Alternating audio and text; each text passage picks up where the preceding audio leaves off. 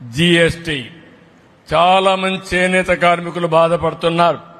ఈరోజు జీఎస్టీ ఉంది, దీనివల్ల మా వృత్తికి ప్రోత్సాహం లేదు. జీఎస్టీ తీసేస్తే మాకు ఉపాధి దొరుకుతుందని ఆలోచిస్తున్నారు. అందుకే హామీ ఇస్తున్నాం, జీఎస్టీ తీసేయడానికి నేను ప్రయత్నం చేస్తా.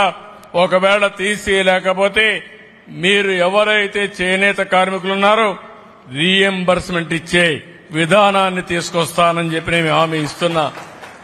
ముందు జీఎస్టీ కౌన్సిల్లో రైజ్ చేస్తాం, అక్కడ ఒప్పుకుంటే సరే, కాకపోతే తిరిగి మీరు కట్టిన డబ్బులు జీఎస్టీది మీకిచ్చే బాధ్యత ఈ ప్రభుత్వానికి చెప్పి మరొక్కసారి మీ అందరికీ హామీ ఇస్తున్నా.